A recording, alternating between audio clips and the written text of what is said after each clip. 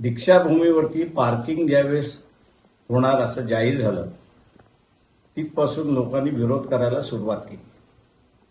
लोकांचा विरोध लक्षात घेता ट्रस्टीनी हे कामकाज केलं नको पाहिजे होतं, पण विरोध करूनही त्यांनी बांधकाम सुरुवात केलंय।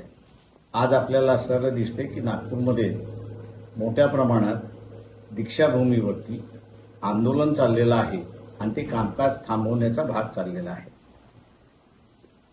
ट्रस्टीजना विचारलं पाहिजे की तुम्ही लोकांच्या भावनेशी का खेळताय। दीक्षाभूमी ही शासनाने दीक्षा घेतली म्हणून तिथे एक स्मारक उभं राहावं असं त्या ठिकाणचं आहे। विजयादशमीला लाखो लोक येतात याच्याबद्दल दुमत नाही, पण त्यांनी कधीही आम्हाला पार्किंगला जागा मिळत नाही अशी तक्रार केलेली नाही।